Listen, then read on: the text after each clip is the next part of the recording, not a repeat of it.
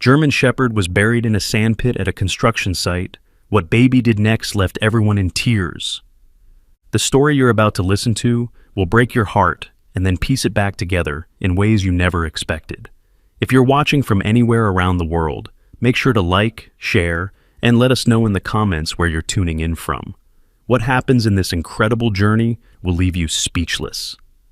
Dawn broke over Pinewood Valley, with fingers of light stretching across the silent construction site.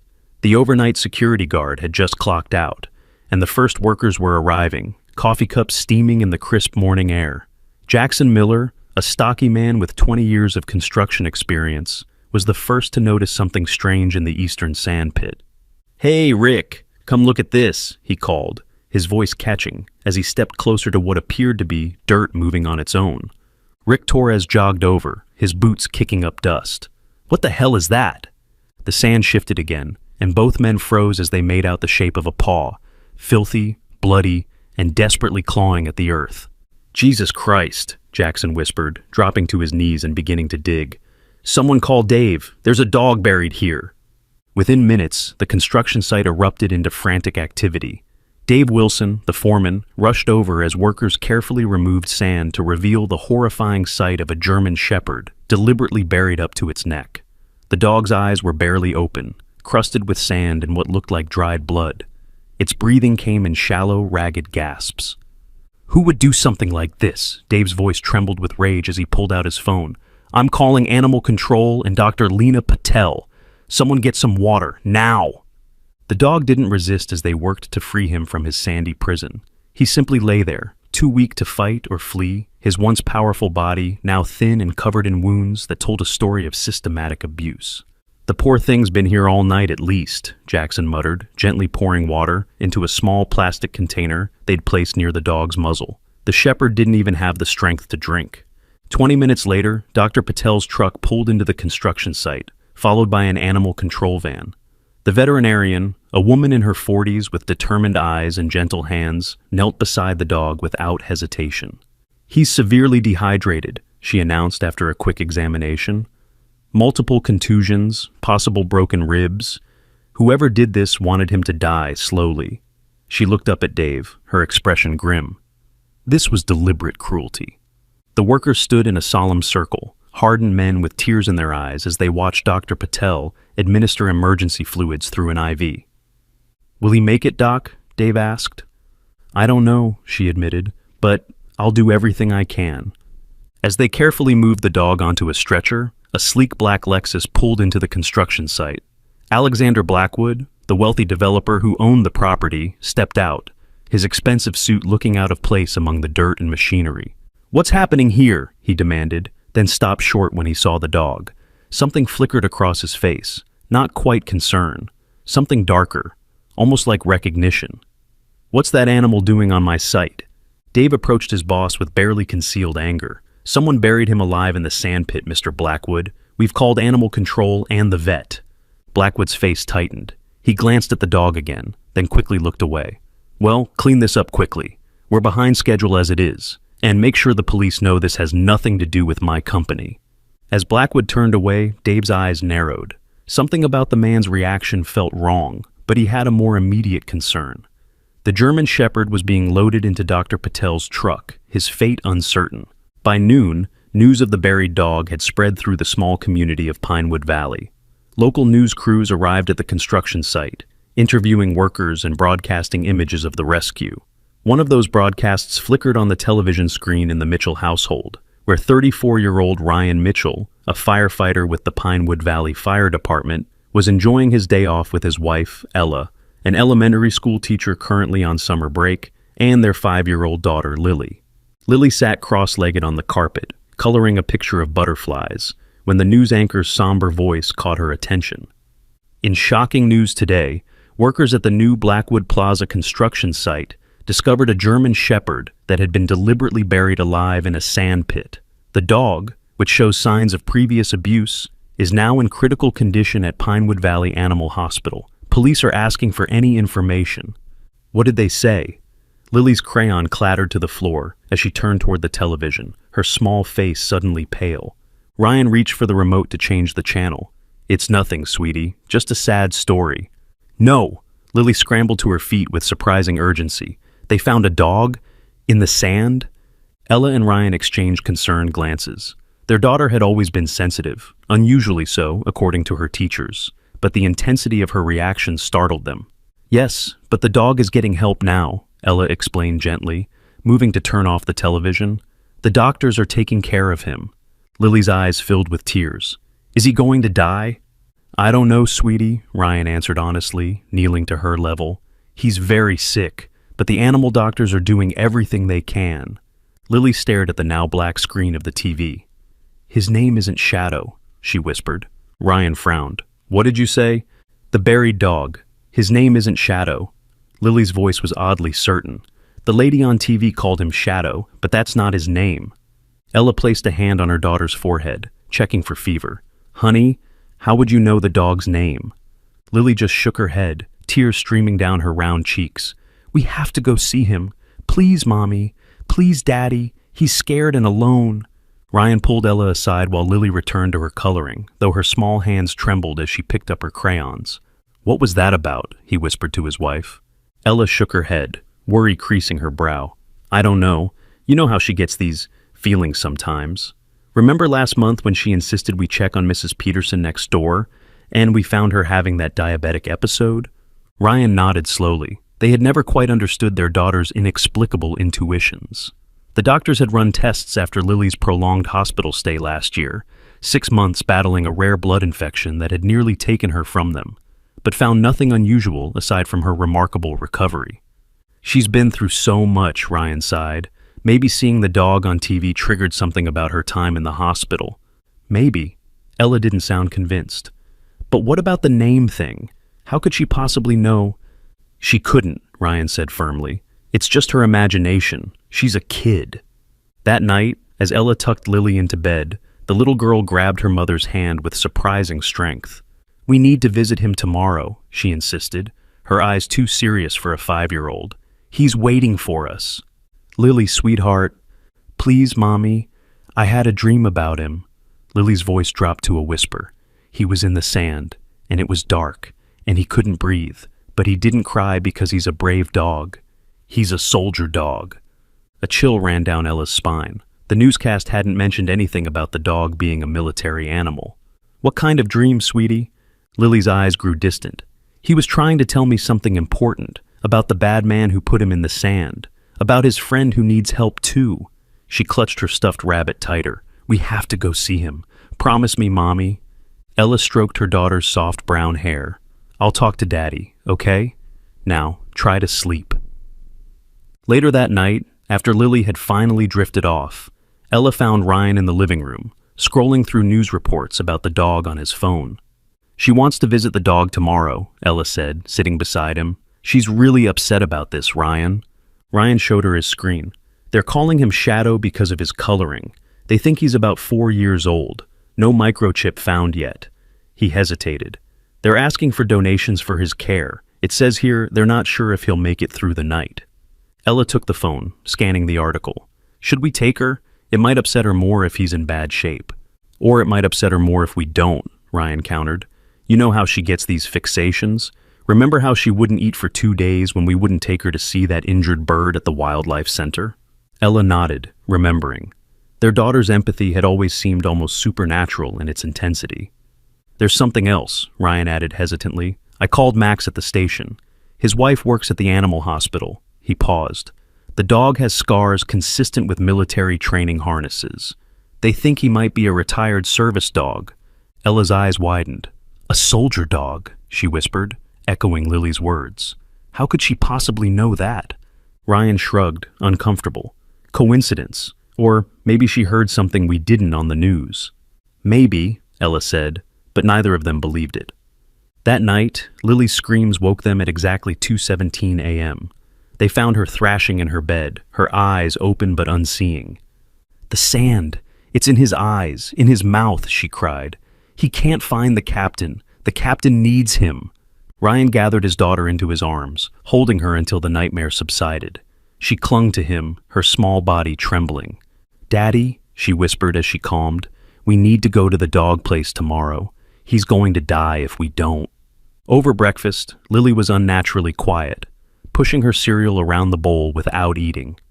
When Ryan announced they would visit the animal hospital that afternoon, her face lit up with such relief that both parents felt a weight lift from their shoulders. Whatever strange connection their daughter felt to this animal, acknowledging it seemed to bring her peace. The Pinewood Valley Animal Hospital was crowded when they arrived. News of the German Shepherd's plight had touched the community deeply, and many had come to inquire about his condition or offer donations for his care. The receptionist, a young woman with kind eyes, looked up as they approached the desk. "How can I help you?" Ryan faltered, suddenly realizing how strange their request might sound. "Our daughter saw the news about the German Shepherd that was found at the construction site. She's been very upset about it and wanted to check on him." The receptionist's expression softened as she looked at Lily, who was clutching her father's hand and staring intently down the hallway. "That's very sweet of you to care," she said to Lily. "Shadow is still in critical condition, but Dr. Patel is doing everything she can." "His name isn't Shadow," Lily stated firmly. The receptionist blinked in surprise. "I'm sorry?" "His real name is Sergeant," Lily said, looking directly into the woman's eyes. "He needs to see us." An uncomfortable silence fell. Ryan cleared his throat. "I'm sorry. She's been very emotional about this." "Wait," the receptionist interrupted, her brow furrowed. "How did you—" "We just got partial results from the damaged microchip about an hour ago. The registration does list a name starting with Serge. We assumed it was Sergeant or Sergio." Ryan and Ella stared at their daughter, who showed no surprise at this revelation. "Can we see him?" Lily asked calmly. "He's waiting for us." The receptionist picked up her phone with shaking fingers. "Let me get Maria, our shelter manager." Minutes later, Maria Ortiz, a woman in her 50s with salt and pepper hair and a no-nonsense demeanor, led the Mitchell family through the hospital's restricted area. As they walked, she explained the dog's condition in low tones to Ryan and Ella. "He's stabilized, but barely. Multiple broken ribs, dehydration, malnourishment, evidence of older injuries too." Her voice hardened. "Someone abused this animal systematically before trying to kill him." "Has anyone claimed him?" Ella asked. Maria shook her head. "No, and something's off about the microchip. Parts of the data are corrupted, almost like it was deliberately damaged. We only got a partial registration to someone with military connections." She glanced at Lily, who was walking ahead, seemingly drawn forward by some invisible pull. "How did she know about the name?" Ryan shook his head. "I wish I could tell you. She's always been intuitive." They stopped outside a room with a large observation window. Inside, on a blanket-lined table, lay the German Shepherd, tubes and wires connecting him to various machines. His black and tan coat was dull, his body painfully thin, but his chest rose and fell with shallow breaths. "He's been aggressive or completely withdrawn with everyone who has approached him," Maria warned. "Even Dr. Patel has to sedate him for treatments. We can only look through the window." But Lily was already pressing her small hands against the glass, her eyes locked on the dog. "Sergeant," she called softly. The German Shepherd's ear twitched. Then, to the astonishment of the adults, his head lifted weakly, and his eyes, alert despite his condition, found Lily. "Oh my God," Maria whispered, as the dog struggled to his feet, setting off alarms on the monitoring equipment. Instead of aggression, his entire demeanor changed. He whined, a high-pitched sound of recognition, and moved toward the window on unsteady legs. "He knows her," Ella breathed, gripping Ryan's arm. "That's impossible," Maria said, but the evidence was right in front of them. Dr. Patel rushed into the room, alerted by the alarms, and froze when she saw the dog standing, staring intently at the little girl through the glass. "Can I go in?" Lily asked, looking up at the stunned adults. "Please, he needs to tell me something." "Absolutely not," Dr. Patel said automatically. "He's been unpredictable and—" But the dog had pressed himself against the observation window, his body trembling with effort, his eyes never leaving Lily. "Please," Lily repeated. "He won't hurt me. He's a protector. That's his job." The adults exchanged glances, a silent conversation passing between them. "I'll go in with her," Ryan finally offered. "I'm trained in animal rescue through the fire department. If anything happens, I'll get her out immediately." After further discussion and signed liability waivers, Dr. Patel reluctantly agreed to allow a brief, supervised visit. She entered the room first, approaching the German Shepherd with caution. "Easy, boy," she murmured, ready to intervene if the dog showed any signs of aggression. But the shepherd remained focused on the window, on Lily, his tail giving a single weak wag, the first positive response he'd shown to any human since his rescue. When the door opened and Lily entered, holding her father's hand, the room fell silent except for the beeping of monitors. The dog watched her approach, his ears forward, his body tense but not threatening. "Hi, Sergeant," Lily said softly, as naturally as if greeting an old friend. "I heard you in my dreams." The German Shepherd whined again, a sound so mournful it brought tears to Ella's eyes as she watched through the window. Slowly, with Ryan right beside her, Lily extended her hand. Dr. Patel tensed, ready to intervene, but to everyone's shock, the dog gently pressed his muzzle into the little girl's palm. "He says his person is gone," Lily announced, her small face solemn as she stroked the dog's head. "His captain. But there's something wrong about it. The captain didn't leave him on purpose." "Lily, honey," Ryan started, but the certainty in his daughter's voice stopped him. "The bad man who buried Sargent is the same man who hurt the captain," Lily continued, her eyes never leaving the dog. "Sargent tried to find help, but the bad man caught him and put him in the sand so he couldn't tell anyone." The adults exchanged uncomfortable glances. Dr. Patel cleared her throat. "Lily, that's a very detailed story. Did someone tell you?" "Sargent told me," Lily answered simply. "In my dreams. And he's telling me now." She leaned closer to the dog, who had closed his eyes as she scratched behind his ears. "He says there's evidence buried too, like he was, and we need to find it." Maria stepped into the room, her professional demeanor cracking. "This is unusual." She hesitated. "The microchip registration, what we could recover of it, was to a Captain J.W. with a military address. We've been trying to contact someone there." Lily nodded as if this confirmed what she already knew. His name was Captain James. He was Sargent's person, but he's gone now. Ryan knelt beside his daughter, struggling to make sense of what was happening. "Sweetie, how could you possibly know these things?" Lily looked at him with eyes too old for her face. "I just know, Daddy. The same way I knew Mrs. Peterson needed help. The same way I knew I wasn't going to die in the hospital, even when the doctors said I might." She turned back to Sargent, who had relaxed under her touch. "He needs to stay with us, to heal, and to help us find the evidence." Dr. Patel and Maria stepped outside to confer, leaving the Mitchell family alone with the dog. Sargent had laid his head in Lily's lap, his eyes still watchful, but no longer filled with fear or aggression. "Ryan," Ella whispered, "what is happening here?" Before he could answer, Maria returned. "This is highly irregular," she began, "but given the dog's response to your daughter, we were wondering if you'd consider fostering him during his recovery." Ryan and Ella looked at each other, a thousand unspoken questions passing between them. Could they bring this traumatized animal into their home? What about Lily's strange connection to him?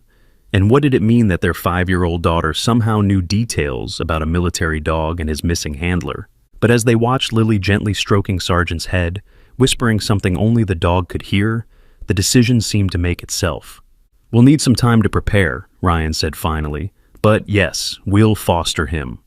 That night, as Lily finally slept peacefully for the first time since seeing the news report, Ryan and Ella sat at their kitchen table, trying to make sense of the day's events. "Could she have heard something about the dog that we missed?" Ella suggested weakly. "Some detail on a news report?" Ryan shook his head. "The microchip information wasn't public. No one knew his name was Sargent until today." He ran a hand through his hair. "And what about this captain? The military connection?" "She's always had these moments," Ella said. "The doctors called it heightened intuition after her illness, like her brush with death opened something in her." "But this is different," Ryan insisted. "This is specific information she couldn't possibly know." Outside, the wind picked up, rattling the windows of their suburban home. In 2 days, they would bring Sargent home to recover. Neither of them knew what that would mean for their family, but both felt the undeniable pull of something larger than themselves unfolding. "Whatever's happening," Ella said, reaching for her husband's hand, "Lily believes that dog needs us, and after everything she's been through, I trust her instincts." Ryan nodded, squeezing her fingers. "So, we're really doing this? Bringing home a traumatized military dog because our 5-year-old had dreams about him?" Ella gave a shaky laugh. Apparently we are, God help us all. What neither of them could see was the shadow that passed by their window, a figure observing their home with calculating eyes before disappearing into the night. 2 days later, the Mitchell home transformed into a recovery sanctuary for Sargent. Dr. Patel had provided detailed instructions for his care, medication schedules, dietary guidelines, and warning signs that would necessitate an immediate return to the animal hospital. The German Shepherd's physical wounds were healing, but the trauma lingered in his watchful eyes and the way he startled at sudden movements. Give him space, Dr. Patel had advised. Let him come to you. He may never fully trust adults again after what he's been through. Yet from the moment Sargent limped through their front door, Lily was the exception to every rule. The dog followed her with his eyes when he was too weak to stand, and limped after her when he could. At night, despite the comfortable bed they had purchased for him in the living room, they would find him lying outside Lily's bedroom door, standing guard.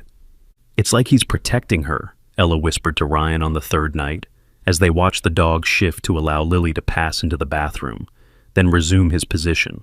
Ryan nodded, still unsettled by the bond between his daughter and the abused animal. But from what? That question haunted them as they observed other unusual behaviors. Sargent would snap to alertness at certain sounds, particularly helicopters or heavy machinery. He stood at rigid attention when military vehicles from the nearby base passed their house. And most disturbing of all, he growled whenever the television showed Alexander Blackwood, the developer whose construction site had become a crime scene. He knows something, Ryan said one evening, after Sargent had barked furiously at a news interview with Blackwood. That dog recognizes that man. Ella frowned, keeping her voice low to avoid Lily overhearing. You can't seriously think Blackwood had something to do with burying Sargent? He's one of the wealthiest men in the county. Which means he has a lot to lose if he's hiding something, Ryan countered, and a lot of resources to cover it up. That night, the nightmares began. Lily's screams echoed through the house at 2:17 a.m., exactly the same time as her previous nightmare. Ryan and Ella rushed to her room to find her sitting upright in bed, eyes wide and unseeing. The fire! The captain is in the fire, she cried, her small body shaking. Sargent tried to save him, but the bad man locked the door. Sargent was already by her side, whining anxiously, pressing his body against her, as if to anchor her to reality. Lily, wake up, sweetheart, Ella urged, gathering her daughter into her arms. It's just a dream. No. Lily pushed away, still caught in the nightmare's grip. It's not a dream. It's what happened. The bad man set the fire to hide the evidence, but the captain found it first. That's why he had to die. Ryan and Ella exchanged alarmed glances over their daughter's head. This wasn't the rambling of a typical nightmare. The details were too specific, too coherent. As Lily calmed, her eyes gradually focusing on her parents, she whispered, Sargent says we need to find the medal, the one the captain hid before the fire. What medal, sweetie? Ryan asked gently. The one with the eagle on it. It has a secret inside. Lily's voice was fading as exhaustion reclaimed her. We need to find it before the bad men do. The next morning, Lily had no memory of her nightmare, but her behavior grew increasingly erratic. She began drawing obsessively, pictures of fire, a building with tall fences, and a man in uniform surrounded by flames. In each drawing, a German shepherd stood at the man's side, loyal even in death. Should we talk to someone about this? Ella asked Ryan privately. A child psychologist, maybe? Ryan hesitated. And tell them what? That our daughter is having psychic visions through a dog? They'll think we're all crazy. Instead, Ryan began his own investigation. As a firefighter, he had connections with local law enforcement. His friend, Detective Marcus Alvarez, agreed to meet him for coffee, where Ryan carefully broached the subject. You know anything about a fire involving a military captain in the last few years? Maybe at a training facility? Marcus eyed him suspiciously. This about that dog you took in? The one from Blackwood's construction site? Ryan nodded. Lily's been having nightmares, specific ones. Kids have nightmares, Ryan. Not like this. She's talking about a captain who died in a fire, saying it wasn't an accident. Ryan leaned forward. She mentioned a medal with an eagle that contains some kind of evidence. Marcus's expression changed subtly. This is about Captain James Whitman, isn't it? How could your kid know about that? Ryan's heart raced. Who?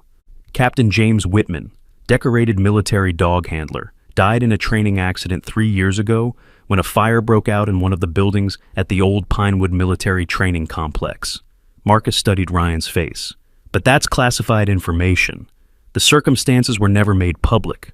Was foul play suspected? Marcus glanced around the coffee shop before answering. Officially, no. Unofficially, some people had questions. Whitman had apparently raised concerns about contract irregularities just before his death, but no evidence was ever found. And his dog, Ryan pressed, went missing after the fire, presumed dead too. Marcus's eyes narrowed. Until a German shepherd with a damaged military microchip showed up buried at a construction site owned by the contractor who built the facility where Whitman died. Ryan sat back, the implications sinking in. Blackwood Construction built the training facility? Through a subsidiary, yeah. Marcus checked his watch. Look, Ryan, this is all circumstantial. Blackwood has friends in high places. Without solid evidence, nobody's going to touch this case. That evening, Ryan shared what he had learned with Ella, both of them watching as Lily played in the backyard with Sargent. The dog moved stiffly, but stayed close to the little girl, his eyes constantly scanning their surroundings. "This is insane," Ella whispered. "How could Lily possibly know about a classified military death?" Before Ryan could answer, they heard Lily's voice floating through the open window. She was sitting cross-legged in the grass, Sargent's head in her lap, speaking to him as if having a two-sided conversation. "I know you miss him," she said softly, "but he wants you to help us find the medal. He hid it in the place with the red door, behind the eagle picture. The bad men never found it." Ryan stepped outside, trying to appear casual as he approached his daughter. "Who are you talking to, sweetie?" Lily looked up, her face serene. "Sargent, he's showing me pictures in my head." "Pictures of what?" "Of before, when he lived with the captain at the soldier place, before the fire." Her small fingers traced the scars on Sargent's muzzle. "He tried to save the captain, but the door was locked from the outside. That's how he got these burns." Ryan knelt beside them, studying the healed burn marks on the dog's face that he'd assumed were from being buried in the sand.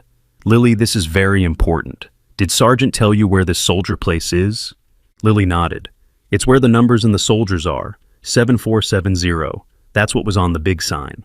That night, after Lily was asleep, Ryan searched online for 7470 Military Pinewood and felt a chill when the results appeared. 7470 Veterans Road, the address of the abandoned Pinewood Military Training Complex. "We need to go there," he told Ella, showing her the search results. "Something's not right about all this." Ella gripped his arm. "Are you listening to yourself? You want to break into an abandoned military facility because our 5-year-old is having conversations with a dog? Then how do you explain her knowing about Captain Whitman, about the fire, about the exact address?" "I can't," Ella admitted. "But this is scaring me, Ryan. What if Lily's in danger because of what she knows? What if whoever tried to kill Sargent comes after her?" As if summoned by their fears, Sargent appeared in the doorway of the kitchen, his ears alert, a low growl building in his throat. He stared past them, toward the front of the house, every muscle tense. Ryan moved to the window and carefully peered out. A black SUV was parked across the street, its windows tinted, its engine running. "Call Marcus," he told Ella quietly.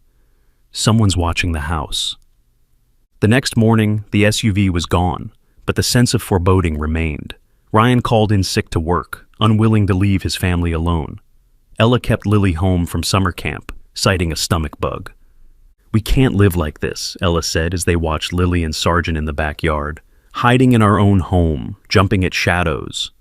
"I know," Ryan agreed, "but until we understand what's happening..." His phone rang, Marcus calling back after checking the license plate of the SUV. "Registered to BDI Security," Marcus reported. "It's a private security firm owned by, let me guess, Alexander Blackwood? Through a holding company, yes." Marcus paused. "Ryan, whatever you're involved in, be careful. Blackwood has connections with some serious people, former military contractors, private intelligence. You're playing with fire." That night, Lily had another nightmare, but this time it was different. Instead of screaming, Ryan and Ella found her sitting up in bed, eyes closed, fingers moving as if typing on invisible keys. Sargent sat beside her, watching intently. "Lily?" Ella touched her daughter's shoulder gently. "What are you doing, sweetheart?" "Finding the evidence," Lily murmured, her fingers still moving. "Sargent is showing me where to look." Ryan recognized it immediately. Sleepwalking, something Lily had done occasionally since her long hospital stay. He followed as Ella guided their daughter downstairs to the living room, where Lily walked directly to Ryan's laptop on the coffee table. Her small fingers began typing an address before Ryan could react. When he looked at the screen, his blood ran cold. 7470 Veterans Road, Building C, Red Door, Eagle Office. "The medal is there," Lily whispered, her eyes still closed. "Behind the picture of the eagle. The captain put it there right before the fire. It has the proof inside." Ryan gently closed the laptop and helped Ella lead Lily back to bed. Once she was tucked in, Sergeant resuming his guard position beside her, they retreated to the kitchen. "I have to go there," Ryan decided. "To the training facility. I have to see if there's anything to this." "No," Ella said firmly. "We should go to the police, tell them everything." "And sound like crazy people, without evidence?" Ryan shook his head. "Marcus already said Blackwood has connections. We need proof before anyone will listen." The next day, while Ella stayed home with Lily, Ryan drove to the abandoned Pinewood Military Training Complex. The perimeter fence was topped with rusted barbed wire, warning signs deterring trespassers, but a section near the back had been pushed down, creating an entry point. The facility was eerily silent, a ghost town of low buildings and former training areas.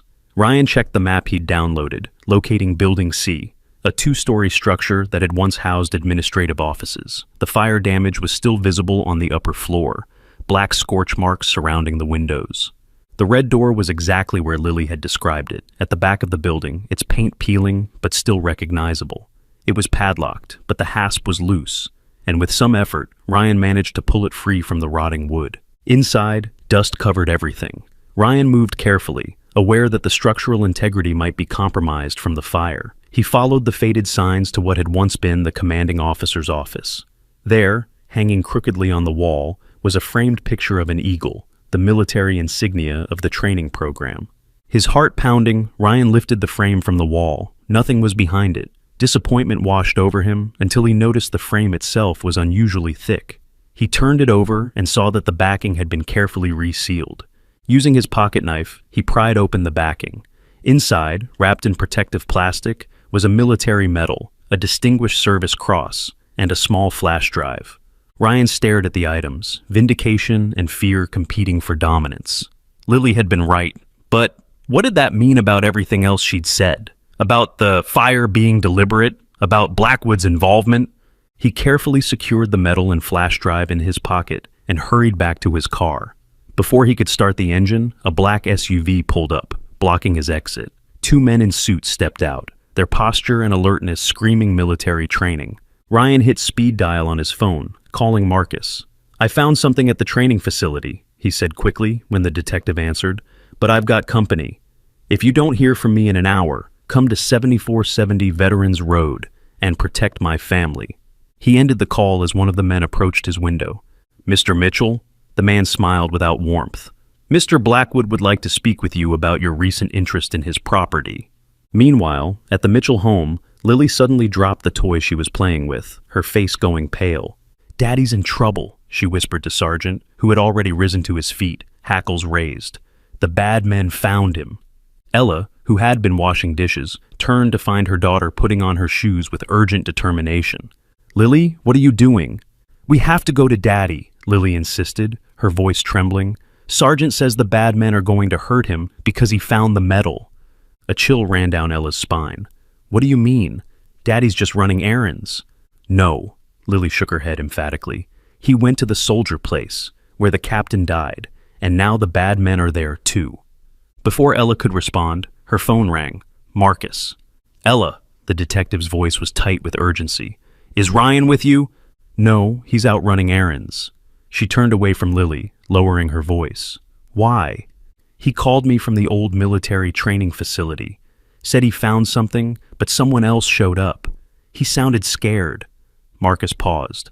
"I'm heading there now with backup, but it'll take time to get authorization to enter a restricted area." Ella's hand shook as she ended the call. When she turned around, Lily was at the door, Sergeant at her side. "We have to go now, Mommy," the little girl said with eerie certainty. "Sergeant knows another way in, a secret way where the bad men won't see us." "Lily, we're not going anywhere. It's dangerous." But Daddy needs the phone. Lily pulled Ryan's old cell phone from her pocket, the backup he kept in the kitchen drawer. Sergeant says we need to get this to him so he can show people the truth on the little stick thing he found. Ella stared at her daughter, torn between maternal protection and the undeniable reality that Lily somehow knew things she couldn't possibly know. Her decision was made when the front window shattered and a canister rolled across their living room floor, spewing smoke. "Run!" she screamed, grabbing Lily and rushing toward the back door. Sergeant was already there, barking frantically, urging them outside. As they fled into the backyard, Ella heard men entering their home. She pulled Lily into the neighbor's yard, ducking behind a shed as heavy footsteps followed. "We have to get to Daddy," Lily whispered, clutching Sergeant's collar. "He knows how to stop the bad men." Would the mysterious metal reveal the truth behind the captain's death? And how could a 5-year-old know things that no child should know? What is the connection between Lily and Sergeant that transcends ordinary understanding? Ryan sat in the back of the black SUV, his hands clenched into fists as they drove through the gates of Blackwood Plaza, the gleaming corporate headquarters of Blackwood Development Industries. The flash drive and metal were hidden in his sock, pressed uncomfortably against his ankle, but the men hadn't searched him thoroughly, confident in their intimidation. "Mr. Blackwood appreciates you coming voluntarily," said the man who had introduced himself only as Klein. His smile didn't reach his cold eyes. "He has some concerns about your trespassing on private property." "It's an abandoned military facility," Ryan countered, "and I'm a taxpayer. I have every right to—" "You misunderstand the ownership arrangement," Klein interrupted smoothly. "BDI purchased that land from the government 3 years ago. You were trespassing on private property." The SUV pulled into an underground parking garage, and Ryan was escorted to a private elevator that whisked them to the top floor.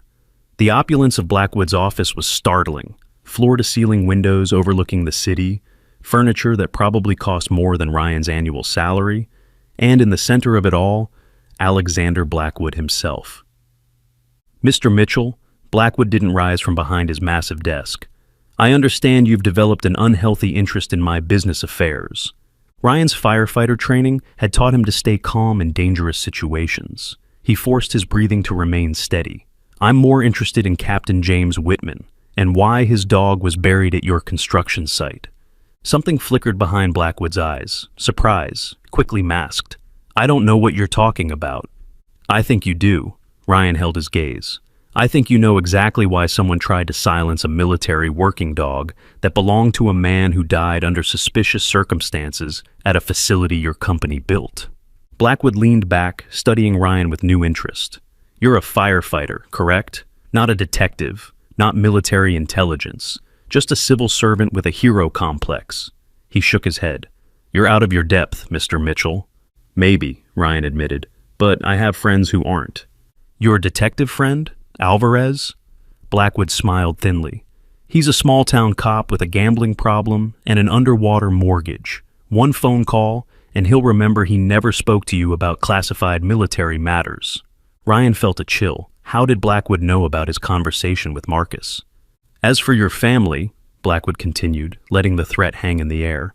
Ryan lunged forward, stopped only by Klein's hand on his shoulder. "If you touch my family—" "I'm merely expressing concern." Blackwood's voice was silk over steel. "Your daughter seems to have an unusual fixation on a certain military dog.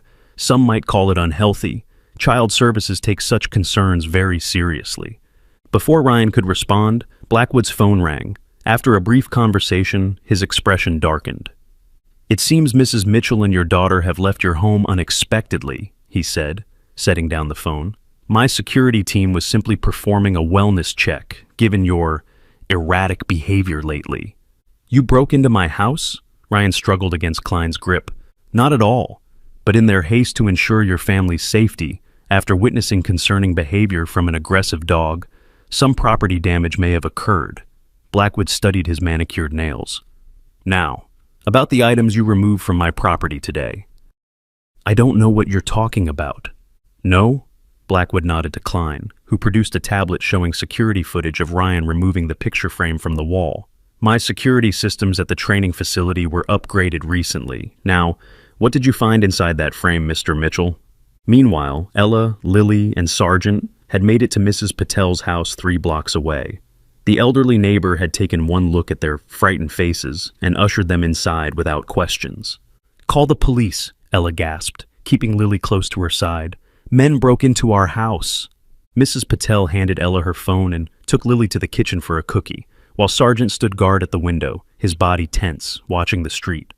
"Marcus," Ella said when the detective answered, "someone broke into our house. Men with gas. They were looking for us." "Are you safe? Where are you?" The urgency in his voice confirmed her fears. "At a neighbor's, but Ryan, he's still at that military place. He found something, Marcus. Something important enough that people are willing to attack our family for it." "I'm on my way to the training facility now," Marcus assured her. "Stay where you are. I'll send a patrol car to you."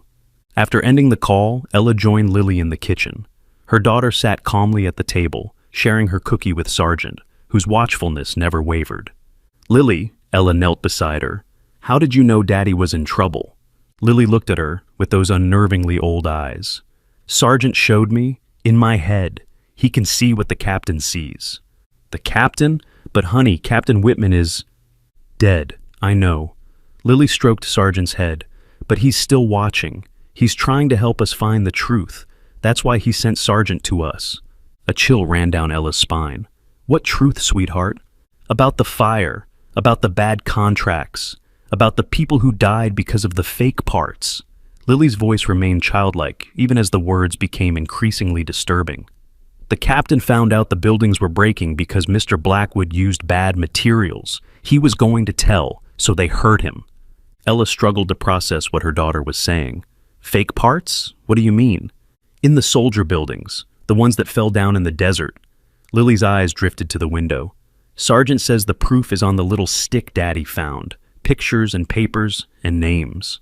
The sound of a car pulling up outside drew Sergeant to his feet, a low growl building in his throat. "It's okay," Mrs. Patel called from the living room. "It's the police." But when Ella peered out, she saw it wasn't a marked patrol car, but an unmarked sedan. Marcus stepped out, alone, his face grim. "That's Mr. Marcus," Lily said, relief flooding her voice. "He's going to help us save Daddy." Ella opened the door, but the look on Marcus's face stopped her cold. "They have Ryan," he said without preamble. "Blackwood's security picked him up at the training facility. I tried to follow but was denied access. Private property." His jaw tightened. "This is bigger than I thought, Ella. I've been making calls. Blackwood Development had major military contracts overseas. There were allegations of substandard materials, buildings that collapsed, soldiers who died. Nothing was ever proven. Until Captain Whitman found evidence," Ella finished, the pieces falling into place. "And now Ryan has that evidence." Marcus looked startled. "How did you know about Whitman?" Ella glanced back at Lily, who was whispering something to Sergeant. "It's complicated, but we need to help Ryan. Blackwood's men broke into our house looking for something Ryan found, a medal and a flash drive." Marcus's eyes widened. "A flash drive? That could contain files, documents?" "Proof," Ella said. "Proof that Blackwood was responsible for those deaths. Proof worth killing for." At Blackwood Plaza, Ryan was running out of options. Blackwood's patience was wearing thin, and Klein's methods of persuasion were becoming less subtle. "I'm going to ask one more time," Blackwood said, after Klein had delivered another blow to Ryan's ribs. "Where is the flash drive?" Ryan tasted blood but managed a defiant smile. "What makes you think I found anything?" "The dog," Blackwood said flatly. "That damn dog has been causing problems for 3 years. After the fire, it disappeared. We thought it died until it showed up at one of our construction sites, digging in exactly the wrong place." His face hardened. "Then it escapes animal control and somehow ends up with your family. And suddenly, you're investigating a classified military death and breaking into restricted areas." "Maybe you should have buried the dog deeper," Ryan spat. Blackwood stood, adjusting his expensive suit. "Klein, Mr. Mitchell isn't being cooperative. Perhaps he needs more motivation. Check on the progress of locating his family." Ryan lunged forward despite his restraints. "I swear to God, if you touch them—" "You'll what?" Blackwood smiled coldly. "You're in no position to make threats. But I'm a reasonable man. Give me what you found, and your family remains safe. Continue this pointless resistance, and—" He shrugged elegantly. "Accidents happen. House fires are particularly tragic. A firefighter should know that better than most." Before Ryan could respond, Klein's phone buzzed. After a brief conversation, his expression turned grim. The woman and child aren't at the house. They escaped before our team could secure them. And they took the dog. Blackwood's composed facade cracked slightly. Find them! Now! Ryan felt a surge of hope. Ella had gotten Lily to safety. And if he could just stall long enough for Marcus to trace him... You're finished, Blackwood, he said with more confidence than he felt. Too many people know about this now. Know what, exactly? Blackwood regained his composure. That a disturbed firefighter broke into private property, then suffered a mental breakdown? That's the story the press will report. He checked his watch. You have 1 hour to reconsider your position, Mr. Mitchell. After that, we'll have to take more drastic measures. As Ryan was escorted to a small, windowless room in the basement of the building, he felt the metal and flash drive pressing against his ankle. His only hope was that Ella would figure out what to do with the evidence if he couldn't get it to Marcus himself. Across town, Marcus had brought Ella, Lily, and Sargent to the police station. Captain Rivera, Marcus's supervisor, was skeptical but agreed to hear them out in his office. Let me get this straight, Rivera said after Marcus explained the situation. You believe Alexander Blackwood, one of the wealthiest, most connected men in the state, is behind the death of a military officer 3 years ago, and that he's now holding a firefighter against his will because of some evidence on a flash drive that may or may not exist? I know how it sounds, Marcus admitted, but men broke into the Mitchell home with gas. That's assault, at minimum. Mrs. Mitchell didn't see their faces or get a license plate, Rivera pointed out, and without evidence connecting this to Blackwood... My husband has the evidence, Ella insisted. He found it at the training facility before Blackwood's men took him. Rivera rubbed his temples. Even if I wanted to help, my hands are tied. Blackwood Plaza is private property. I can't send officers in without probable cause or a warrant, which no judge will grant based on this. He gestured vaguely at their story. Then Ryan is on his own? Ella's voice rose with desperation. I'll make some calls, Rivera conceded. See if anyone's reported seeing him. But officially, there's not much I can do right now. As the adults argued, Lily sat quietly in the corner of the office, Sargent at her feet. She stroked his head gently, whispering, I know, boy. I see it too. Ella noticed her daughter's odd behavior. Lily, what is it, sweetheart? Sargent says Daddy is in the building with the glass walls, in a room under the ground. Lily's voice was distant, her eyes unfocused. The captain is there too. He's trying to help. The adults exchanged uncomfortable glances. Blackwood Plaza has an underground level, Marcus said slowly. Secure rooms for sensitive meetings. This is ridiculous, Rivera scoffed. You can't possibly believe. The metal has a secret compartment, Lily continued, ignoring them. It opens if you press the wings of the eagle. There's a little key inside that works with the stick thing Daddy found. Ella knelt beside her daughter. Lily, how could you possibly know that? The captain is showing me, like he shows Sargent. Lily looked up, her eyes suddenly clear and focused. We need to go there, now. Daddy doesn't have much time. That's enough, Rivera stood. Detective Alvarez, I've humored this long enough. You can't seriously expect me to authorize any action based on a child's imagination and a dog's supposed psychic abilities. Before Marcus could respond, the office door opened and an officer appeared. Captain, there's someone here asking for Detective Alvarez. Says it's about the Mitchell case. A woman in military uniform stepped into the room. Her stern face softened slightly when she saw Sargent, who immediately stood at attention, his posture changing subtly. Major Diana Rivera, military police, she introduced herself. I understand you've been asking questions about Captain James Whitman. Marcus stepped forward. Yes, in connection with a possible kidnapping and assault case. Major Rivera's eyes narrowed. And the dog? Where did you find him? He was buried at a construction site, Ella explained. Blackwood Construction. He found his way to our daughter somehow. The major studied Lily, who stared back without fear.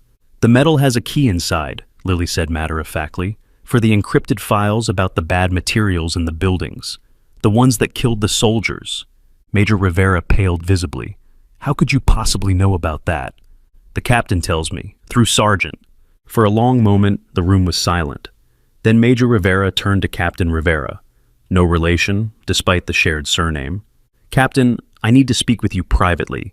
This involves classified military matters. After the two stepped out, Ella turned to Marcus. What's happening?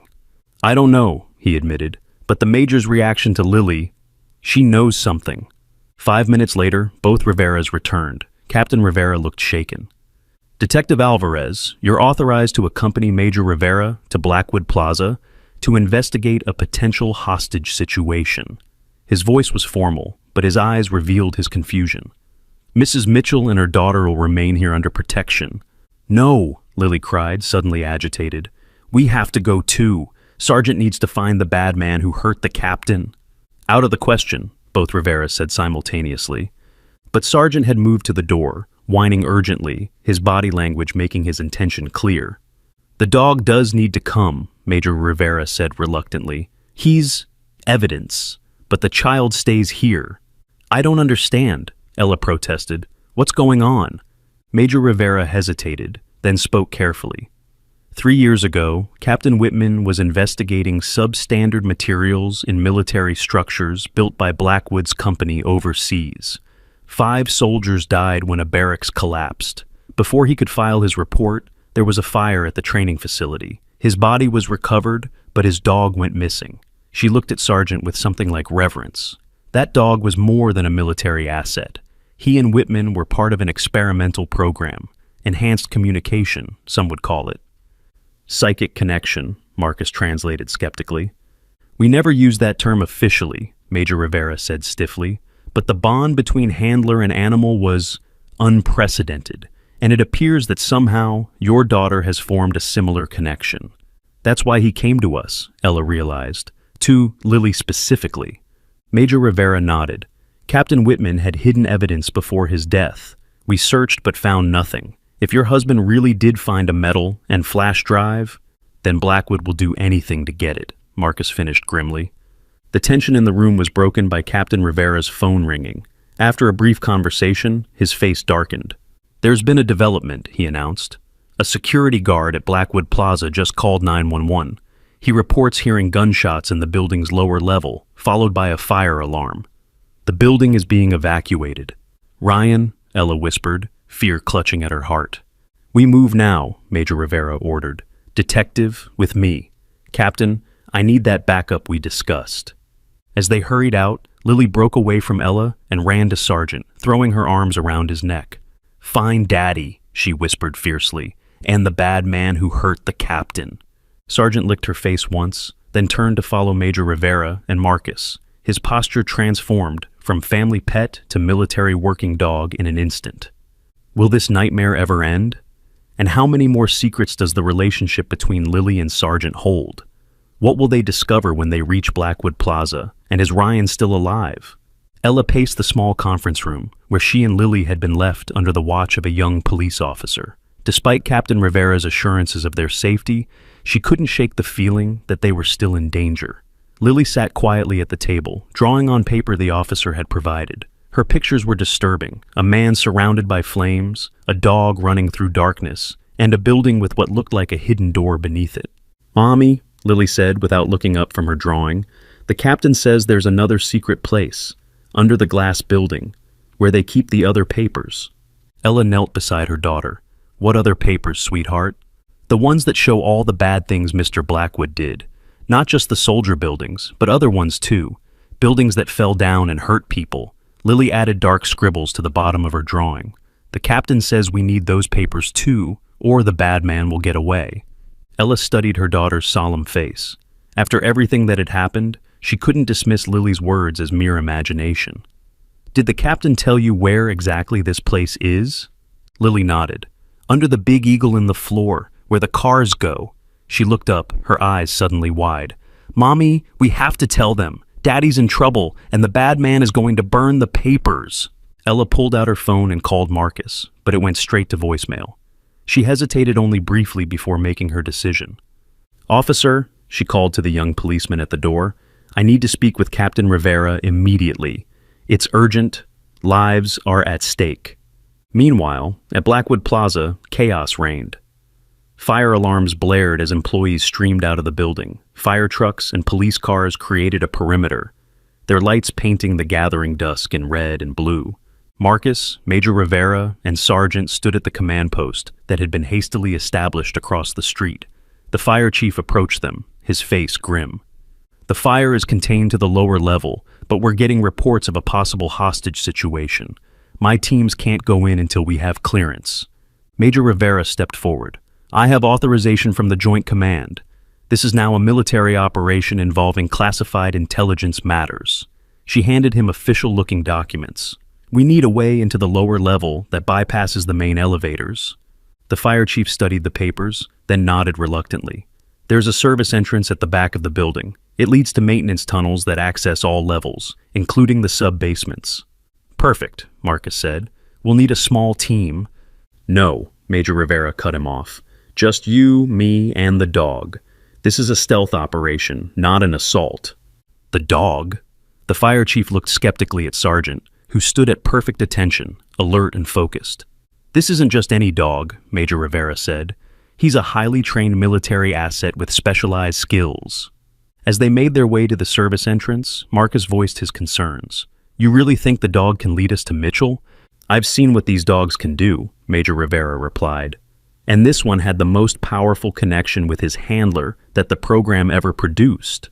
She glanced at Sergeant, who moved silently beside them. If Mitchell has the evidence Whitman died for, Blackwood won't let him leave alive. The dog is our best chance. Inside the lower level of Blackwood Plaza, Ryan was fighting for his life. The flash drive and metal had been discovered during a more thorough search, and Blackwood's rage had turned deadly. You've left me no choice, Blackwood snarled, watching as Klein connected Ryan to a chair in what appeared to be a small security room. Once the flash drive is confirmed destroyed, you'll have an unfortunate accident during the building evacuation. People know I'm here, Ryan said, testing his restraints. My friend Marcus... Detective Alvarez? Blackwood laughed coldly. He'll find no evidence connecting you to this building. Security cameras have mysteriously malfunctioned, and my staff will swear they've never seen you. He nodded to Klein. Make it look convincing. A tragic casualty of the fire upstairs. As Blackwood left with the metal and flash drive, Klein checked his weapon and smiled unpleasantly. Nothing personal, he said. Just business. Ryan's eyes darted around the room, searching for anything that might help him. The fire alarm had stopped it in this section of the building, replaced by an eerie silence broken only by distant shouting and the occasional crackling of a security radio. A noise in the corridor outside made Klein pause. He moved to the door, gun ready, while Ryan worked desperately at the zip ties binding his wrists. The synthetic material bit into his skin, but he felt a slight give. If he could just dislocate his thumb. The door burst open with explosive force, knocking Klein backward. Before he could recover, a blur of fur and fury launched through the opening. Sergeant, teeth bared in a snarl, targeting Klein's gun arm with military precision. Marcus and Major Rivera followed, weapons drawn. While Sergeant kept Klein pinned, Marcus quickly freed Ryan. How did you find me? Ryan gasped. Thank your daughter and this remarkable dog, Major Rivera said, securing Klein with handcuffs. But we're not safe yet. Blackwood has the evidence, and my sources indicate he has a secure room somewhere in this building where sensitive materials are kept or destroyed. Ryan stood shakily. He took the flash drive and metal. Said something about confirming they were destroyed. Sergeant suddenly released Klein and moved to the door, whining urgently.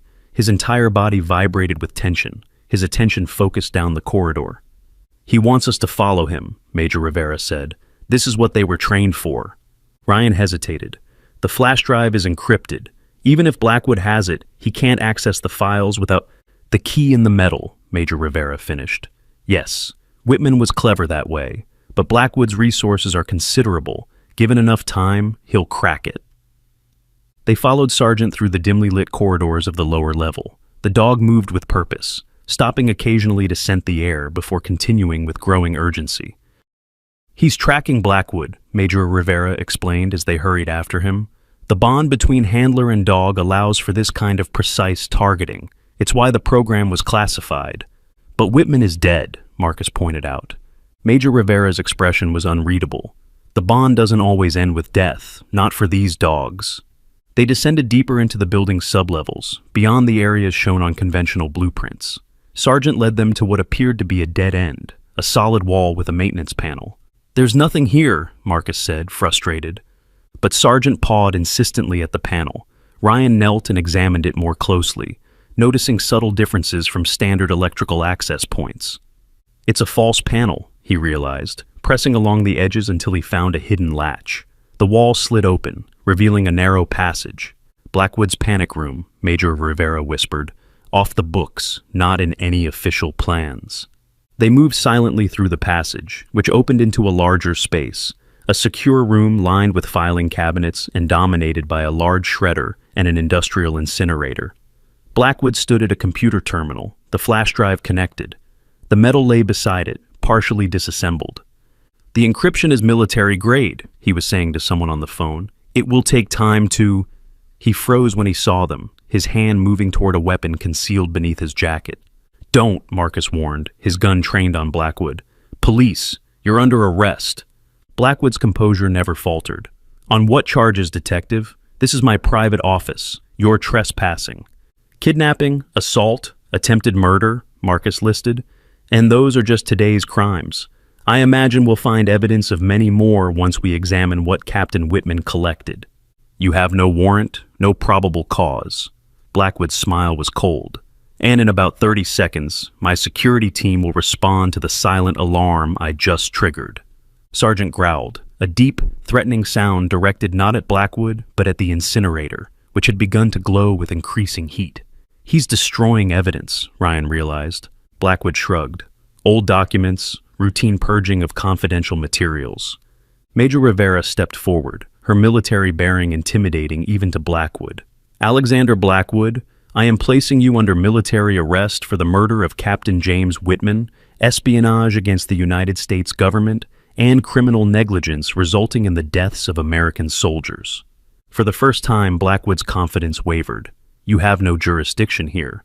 I have every jurisdiction when it comes to the murder of a military officer and sabotage of military installations. Major Rivera nodded to Ryan. Secure the evidence. As Ryan moved toward the computer, Blackwood made his move, drawing his weapon with surprising speed. Before anyone could react, Sergeant lunged, his powerful body knocking Blackwood to the ground. The gun discharged, the bullet striking the incinerator and causing a shower of sparks. In the chaos that followed, Sergeant maintained his hold on Blackwood, while Ryan secured the flash drive and metal. Marcus called for backup, reporting shots fired and requesting immediate assistance. The door to the panic room burst open, revealing 3 security guards with weapons drawn. Major Rivera immediately took command, her military authority and the sight of Blackwood subdued by Sergeant causing them to hesitate. Stand down, she ordered. This is a military operation. Your employer is under arrest for treason against the United States. The word treason had the desired effect. The guards lowered their weapons, confusion evident on their faces. I pay you to protect me, not stand there, Blackwood shouted, still struggling under Sergeant's weight. They also took an oath to their country, Major Rivera reminded him. An oath you betrayed when you cut corners on military buildings, resulting in the deaths of servicemen. As additional police and military personnel secured the scene, Marcus received an urgent call. His face paled as he listened. That was Captain Rivera, he told Ryan after hanging up. There's been a situation at the station. Ella and Lily are missing. Ryan's blood ran cold. What? They were supposed to be protected. They were, Marcus assured him. But according to the officer on duty, Lily became extremely agitated, insisting there was another hidden place with evidence. Ella demanded to speak with Captain Rivera, and when the officer stepped out to get him, they disappeared. Sergeant's head snapped up at the mention of Lily, his ears forward, body tense. Where would they go? Major Rivera asked. Ryan thought of his daughter's strange connection to Sergeant, to Captain Whitman. If Lily had another vision... The parking garage, Sergeant suddenly barked, pulling away from Blackwood and moving toward the door. His behavior was frantic, urgent. What about the parking garage? Marcus asked, bewildered. Ryan remembered something Lily had drawn, a building with a hidden place beneath it. The underground parking structure. Lily mentioned something about an eagle in the floor. Major Rivera's eyes widened. The eagle medallion in the executive parking area. It's decorative, but... She turned to Blackwood, who had gone very still. What's under that medallion, Blackwood? His silence was confirmation enough. Secure him, she told the military personnel who had arrived. And get every available officer to the underground parking structure. Now. Ryan, Marcus, Major Rivera, and Sergeant raced to the parking level. The evacuation had left it nearly empty, the usual hum of vehicles replaced by an eerie silence. In the executive section, a large brass eagle was embedded in the concrete floor, an ostentatious marking of Blackwood's personal parking space. "Ella! Lily!" Ryan called, his voice echoing in the cavernous space. A small voice answered from behind a concrete pillar. "Daddy?" Lily emerged, running to her father with tears streaming down her face. Ella followed, her expression a mixture of relief and determination. "Ryan, thank God." She embraced him quickly before pulling back. "There's something hidden under that eagle." Lily saw it in her vision. More evidence that Blackwood thought no one would find. "How did you even get in here during an evacuation?" Marcus demanded. "The service entrance was minimally guarded," Ella explained. Everyone was focused on the main building. And Lily, she knew exactly where to go, like she'd been here before. Sergeant had already moved to the eagle medallion, pawing at its edges. Ryan knelt beside him, examining the seemingly solid brass fixture. "It looks permanent," he observed. "It's not," Lily said confidently. "The captain says you turn it to the left, like a big key." Ryan hesitated, then gripped the edges of the medallion and twisted. To his amazement, it rotated with a heavy, grinding sound. Beneath it was a small chamber containing a waterproof case. "More insurance," Major Rivera guessed, carefully removing the case. Blackwood would want backup copies of anything he could use as leverage. Inside the case were dozens of flash drives, each labeled with codes, and a thick folder of documents bearing military seals. "This is it," Major Rivera breathed. "Not just evidence of the substandard materials, but everything. Blackmail, bribes, the entire network Blackwood built to protect his criminal empire." Sergeant barked once, then moved to Lily's side, pressing against her protectively. The little girl wrapped her arms around his neck. "The captain says it's over now," she told the adults. "The bad man can't hurt anyone else." As military personnel secured the new evidence, Lily suddenly stiffened, her eyes wide. "Sergeant!" she cried out. The dog collapsed at her feet, his body trembling violently. "What's happening?" Ryan knelt beside the German Shepherd in alarm. Dr. Patel, who had been called to the scene due to her knowledge of Sergeant's medical history, rushed forward. After a quick examination, her face grew grave. "It's internal bleeding. His previous injuries were never fully healed, and the exertion tonight—" She shook her head. "We need to get him to my clinic immediately." They rushed Sergeant to a waiting police vehicle, which sped through the night toward the animal hospital, sirens blaring. Lily sat in the back, the dog's head in her lap, tears falling silently on his fur. "Stay with me," she whispered. "Please, Sergeant. We found the bad man. We did what the captain needed us to do." At the clinic, Dr. Patel worked frantically to save Sergeant's life. The Mitchell family and Marcus waited in the reception area, the euphoria of solving the case overshadowed by first sound for the dog who had risked everything to help them. Major Rivera joined them, her usual stern demeanor softened by concern. "How is he?" "Still in surgery," Ryan answered, his arm around Lily, who hadn't spoken since they arrived. "I've been authorized to tell you more about the program Sergeant and Captain Whitman were part of," Major Rivera said quietly. "It was called Project Sentinel. The goal was to create handler dog teams with enhanced communication abilities for special operations. Whitman and Sergeant were the most successful pair we ever produced." "But how did Lily connect with him?" Ella asked, watching her daughter. Major Rivera hesitated. The program discovered that certain individuals, usually children, have a natural ability to form these bonds. It's rare, but when it happens, the connection is extraordinary. She looked at Lily with something like reverence. "Your daughter has a gift." But the things she knew about Captain Whitman, about the evidence, we believe that in cases of extreme trauma or unfinished mission objectives, the dog can sometimes carry the handler's last thoughts, intentions. Major Rivera struggled to find the right words. "Some call it a spiritual imprint. The military has more clinical terms, but the effect is the same. Sergeant was carrying Whitman's final mission to expose Blackwood's crimes, and he found the person who could help him complete it." Dr. Patel emerged from surgery, her scrub stained with blood, her expression somber. "I've done everything I can, but the internal injuries are severe. The next few hours will be critical." "Can I see him?" Lily asked, her first words since Sergeant's collapse. Dr. Patel nodded. He's still unconscious, but yes, briefly. In the recovery room, Sargent lay still on a stainless steel table, tubes and wires monitoring his condition. His powerful body looked suddenly vulnerable, diminished. Lily approached slowly, placing her small hand on his head. "The captain is waiting for you," she whispered. "He says you did good, Sergeant. You completed the mission." The dog's tail twitched weakly, though his eyes remained closed. "It's okay to go be with him now," Lily continued, her voice steady despite the tears streaming down her face. "You found the truth. You protected me. You're the bravest dog ever." Ryan and Ella watched from the doorway, their hearts breaking for their daughter. Marcus stood behind them, unashamed of the tears in his eyes. Sergeant's breathing became more labored. The monitor tracking his heartbeat began to slow. Lily bent down and kissed the top of his head. "Goodbye, Sergeant," she whispered. "The captain says he'll take care of you now." With a final, shuddering breath, Sergeant grew still. The monitor flatlined, its single tone filling the quiet room. Dr. Patel moved forward to turn off the machine, her own eyes damp. "I'm so sorry," she said. But Lily's face held an expression beyond her years, grief mixed with understanding, loss tempered by acceptance. "He's not sad anymore," she told her parents. "He's with the captain now." Would this be the end of Sergeant's incredible journey, or would his heroic spirit continue to guide Lily through the challenges ahead? And what would become of the mysterious bond that transcended even death?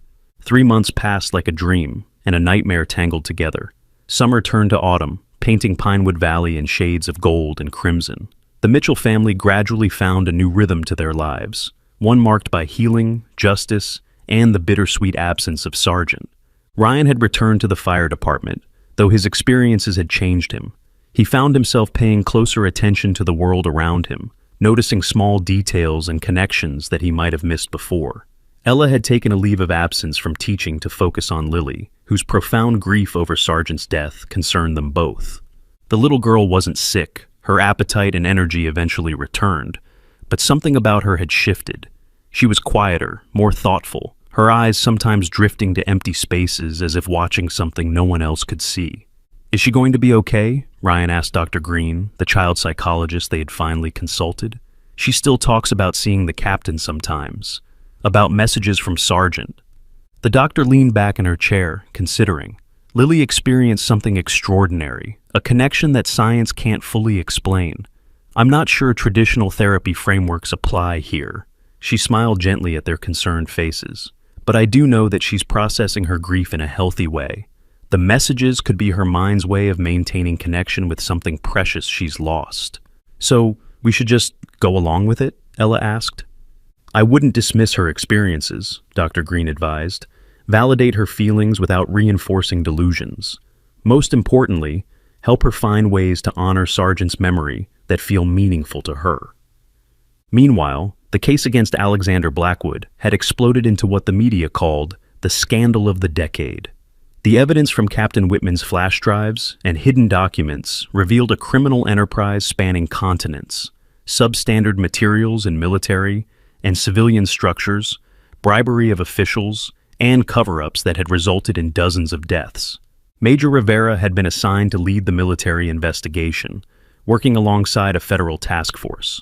She kept the Mitchell family updated on developments, partly out of respect for their role in bringing Blackwood to justice, and partly because of her continued fascination with Lily's connection to Sargent.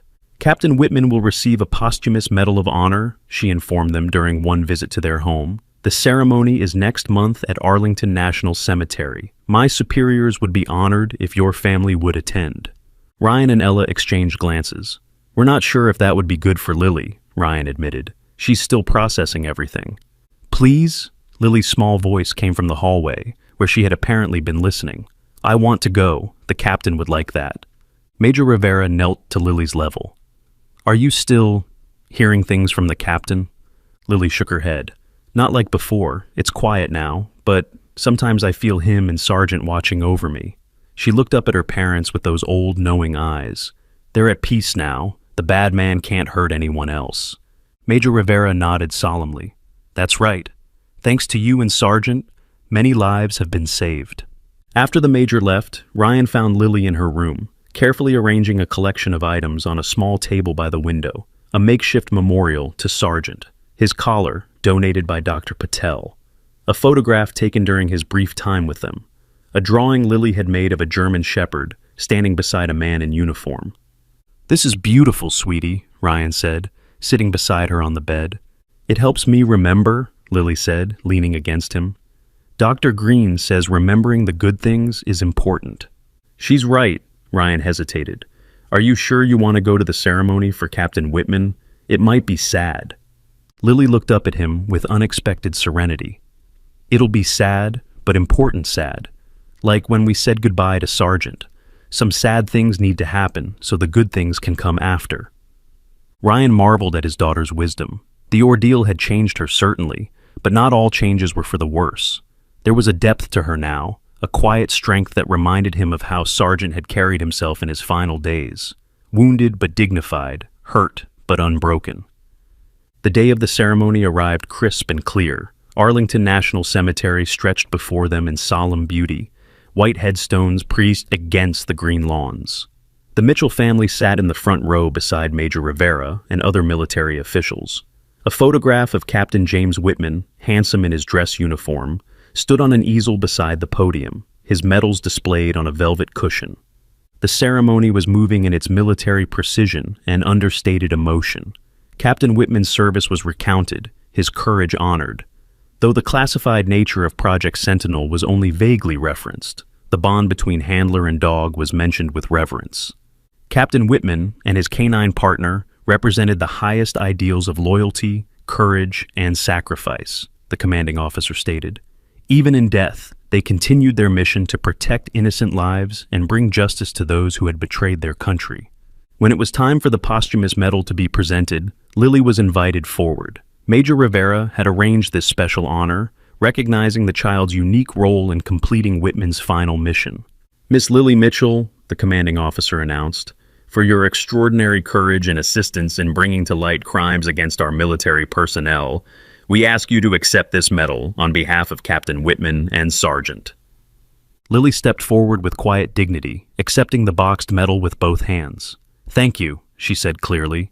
"The captain says he's honored." A murmur went through the assembled guests. The commanding officer blinked in surprise but recovered quickly. "I'm sure he would be," he said kindly, assuming it was a child's way of processing the solemnity of the moment.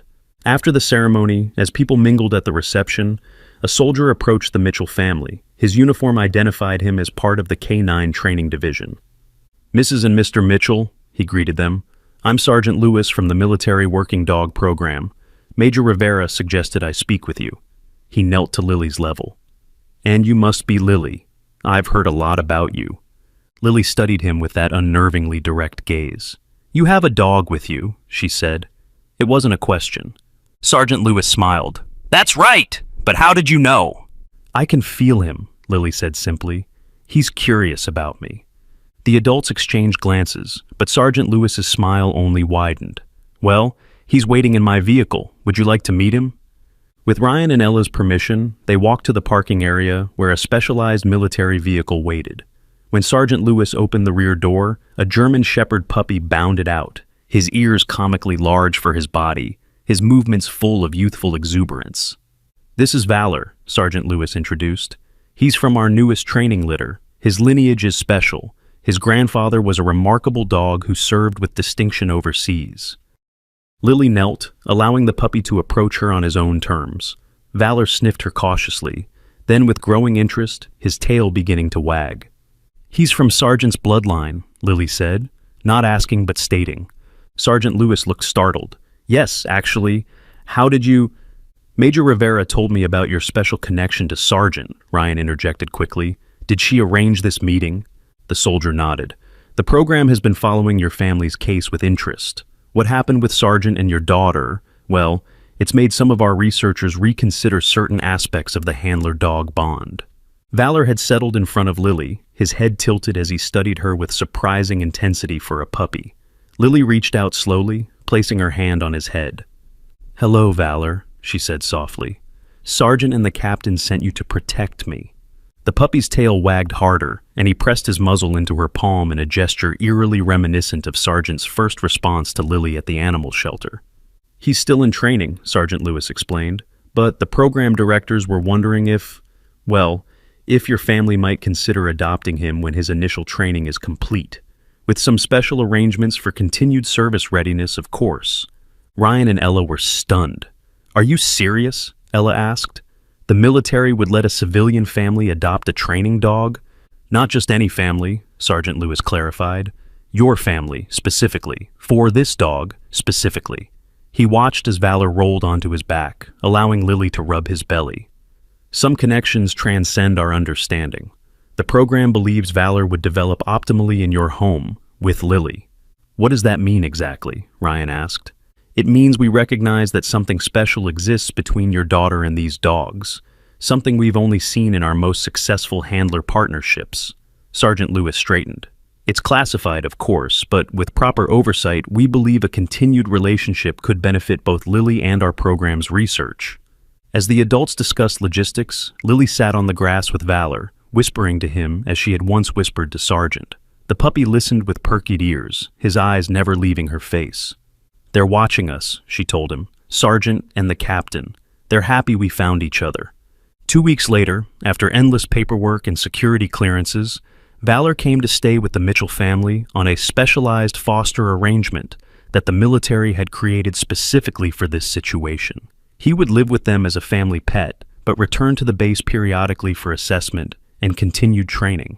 Life gradually found a new rhythm. Ryan returned to full-time work at the fire department.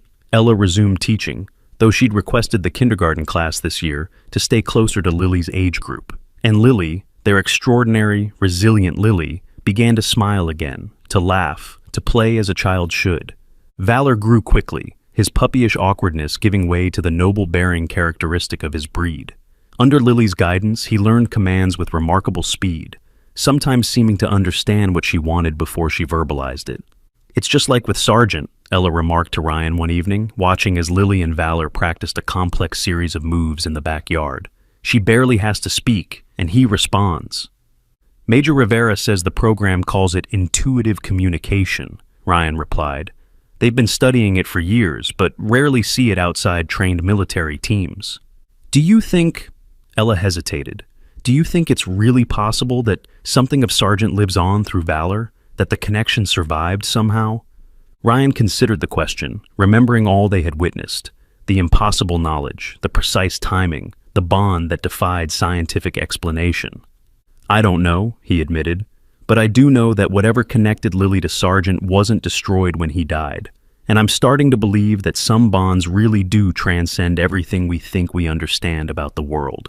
6 months after Sergeant's death, the Mitchell family visited his grave at the Special Military Working Dog Cemetery near the base. It was a simple marker, but the inscription honored both dog and handler, Sergeant and Captain James Whitman, partners in life, heroes in death. Lily placed wildflowers on the grave while Valor sat beside her, unusually solemn. When a military helicopter flew overhead, both child and dog looked up simultaneously, their postures identical for one striking moment. "The captain says thank you for the flowers," Lily told her parents. "And Sergeant says Valor is learning fast. He'll be a good protector." Ryan and Ella had learned not to question these statements. Whether they were the product of a child's imagination or something more mysterious didn't matter. They brought Lily comfort, and that was enough. That night, as Ryan tucked Lily into bed, Valor already settled in his designated spot at the foot of her bed. He asked the question that had been on his mind all day. "Are you happy, sweetie, even after everything that happened?" Lily considered this with characteristic thoughtfulness. "I'm sad sometimes when I think about Sergeant dying, but I'm happy he found us. I'm happy we helped him finish his mission." She reached down to pet Valor, who sighed contentedly. "And I'm happy the captain and Sergeant sent Valor to us. So, I'm sad happy." "Sad happy," Ryan repeated. "That makes sense." "Daddy?" Lily's voice turned serious. "The captain says there are other dogs out there, dogs who need help finishing their missions, dogs who need people who can hear them." Ryan felt a chill that was equal parts fear and wonder. "What are you saying, Lily?" "Just that Valor might not be the last dog who needs us." She yawned, snuggling deeper under her covers. "The captain says I have a gift, that I can help dogs who have lost their people." Her eyes drifted closed. "But that's for later, when I'm bigger." Ryan kissed her forehead and quietly left the room, his mind reeling with the implications of her words. In the hallway, he found Ella waiting, her expression telling him she'd overheard. "Do you think it ever really ends?" she whispered as they walked to their bedroom. "This connection she has?" Ryan thought of all they had witnessed. The buried dog finding his way to the one child who could hear him. The evidence uncovered against impossible odds. The puppy from Sargent's lineage now guarding their daughter's sleep. "I think some stories don't have endings," he said finally. "They just change into new beginnings." The next morning, Ryan found Lily and Valor in the backyard. The German Shepherd sat at attention, his posture identical to Sargent's when they had first brought him home, while Lily appeared to be inspecting him in a perfect mimicry of Major Rivera's military bearing. As Ryan watched, Valor suddenly alerted to something in the distance, his posture shifting from relaxed to vigilant in an instant. Lily turned in the same direction, her small body tensing. For a moment, they were perfectly synchronized, guardian and child, linked by something beyond ordinary understanding. Then Valor relaxed, giving a small woof that seemed to signal all clear. Lily laughed and threw her arms around his neck, all military precision forgotten as they tumbled together on the grass. Ryan smiled, knowing that whatever challenges lay ahead, Lily would never face them alone. Sargent had found her, Valor would protect her, and somewhere, Captain Whitman watched over them all. In the distance, a bald eagle soared against the blue sky, its wings catching the sunlight as it circled once, twice, 3 times over the Mitchell home before disappearing into the eastern horizon. "Some heroes never really leave us. They just find new ways to stay." If you were touched by this remarkable journey of courage and connection, don't forget to like, share, and subscribe. Tell us in the comments if you've ever experienced a special bond with an animal that seemed to transcend ordinary understanding. What secrets do our 4-legged companions hold that we're only beginning to discover?